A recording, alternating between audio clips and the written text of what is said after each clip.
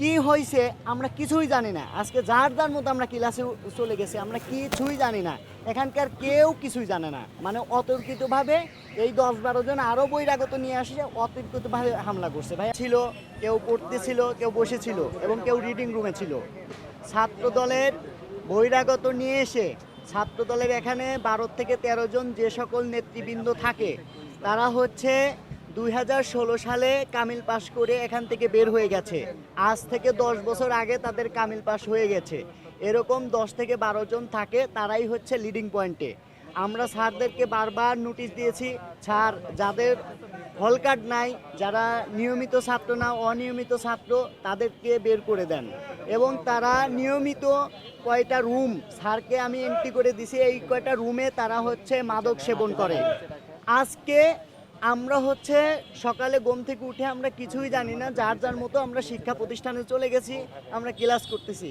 একটার সময় খবর পাই যে আমাদের কিছু পোলাপান এবং সাধারণ শিক্ষার্থীদের রুমে গিয়ে গিয়ে রুম থেকে বের করে তাদেরকে মারধর করতেছে এবং রিডিং রুমে যারা ছিল তাদেরকেও মারধর করছে। এবং আমাদের যেসব রুমে ল্যাপটপ ছিল বা আসবাবপত্র ছিল সবগুলো তারা লুট করে। পরে আমরা জানার পরে আমরা এইখানে আসি, এইখানে তখন আমরা ৭-৮ জন এসে পৌঁছানোর পরে আমাদেরকে দেখা মাত্রই তারা কি ইট পাটকেল দিয়ে ধাওয়া শুরু করে।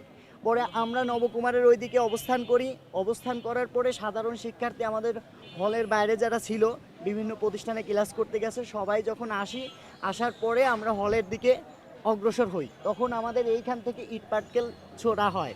তখন আমরা তাদের ইট পাটকেল দিয়েই পাল্টা ধাওয়া দেই, তখন তারা বহিরাগতদেরকে নিয়ে এইদিকে চলে যায়।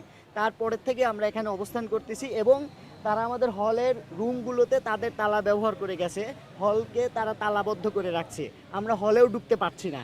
তবে ১২টার দিকে যখন সারা বাংলাদেশের ক্যাম্পাসগুলো উত্তপ্ত, তখন আমি এখানে ওসি মহোদয়কে ফোন করছিলাম যে স্যার আমরা তো ক্লাসে চলে যাচ্ছি, আমাদের ক্যাম্পাস তো উত্তপ্ত হবে না। তখন স্যাররা বলল যে আচ্ছা তোমরা ক্লাসে যার যার মধ্যে চলে যাও, এখানে কোনো কিছুই হবে না।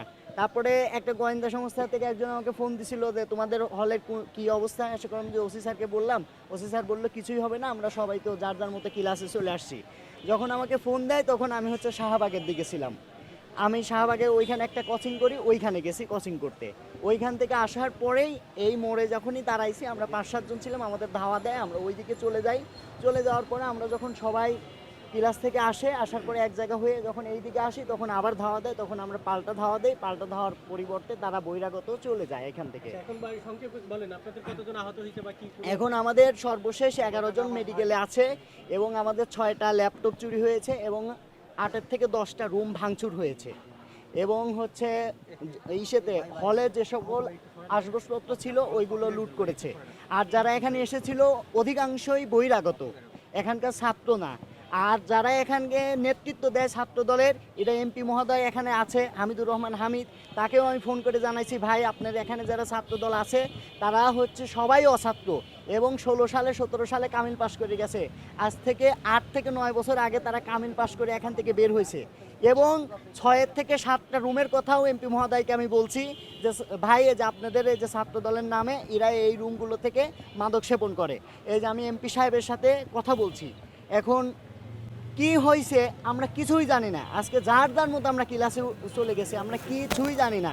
এখানকার কেউ কিছুই জানে না। মানে অতর্কিতভাবে এই ১০-১২ জন আরও বহিরাগত নিয়ে আসে অতর্কিতভাবে হামলা করছে। ভাই আমরা কিছুই জানতাম না।